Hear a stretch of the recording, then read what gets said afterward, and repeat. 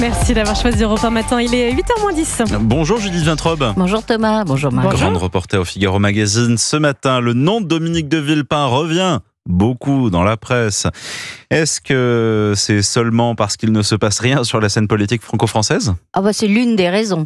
L'actualité politique est surtout internationale et Dominique de Villepin a beau avoir connu son heure de gloire en tant que ministre des Affaires étrangères en 2003, en proclamant devant l'ONU le non de la France à une intervention militaire en Irak, on ne l'attend guère aujourd'hui sur le sort de l'Ukraine.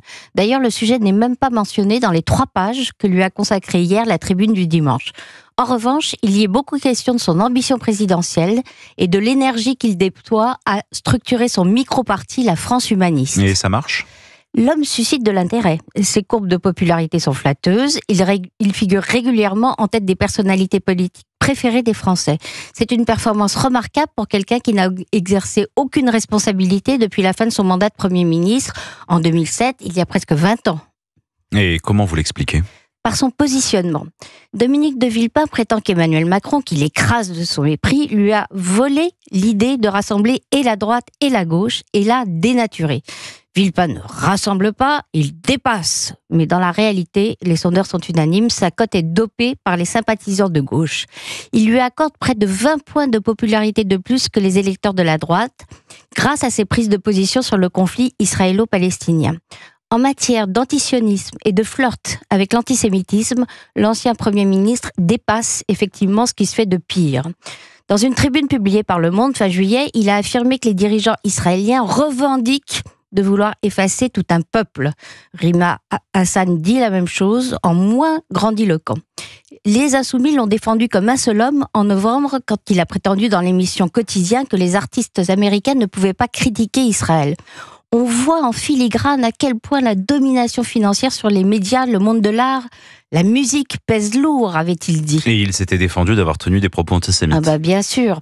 Il reprenait juste en filigrane l'un des plus vieux clichés antisémites, celui sur les Juifs qui domineraient le monde grâce à leur puissance financière.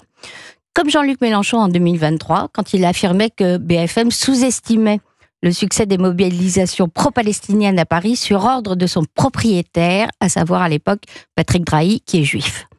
La liste des convergences entre les positions de LFI et celles de Dominique de Villepin est longue, très longue.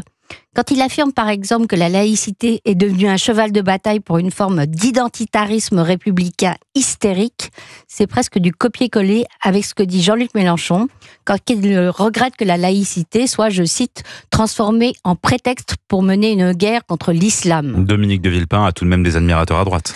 Comme le dit une ex-ministre chiracienne que la Tribune fait parler sans dire son nom, il plaide à la frange de la droite qui estime que la France est devenue complètement anti-musulmane et anti-islam.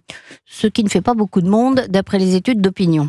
Mais après tout, Dominique de Villepin rêve peut-être d'être élu par la gauche. Le problème, c'est que sa popularité ne se traduit pas en termes d'intention de vote. Il avait déjà renoncé à se présenter à la présidentielle de 2012 parce que sa candidature ne décollait pas. Il va peut-être lui arriver la même chose en 2027. En attendant, il aura servi de rabatteur à Jean-Luc Mélenchon, ce qui n'est pas très glorieux pour quelqu'un qui se décrit en héritier du général de Gaulle. Merci Judith Vintrobe, votre édito politique sur Europe 1. Je signale la une du Figaro ce matin. Après Anchorage, les Européens font bloc derrière Zelensky.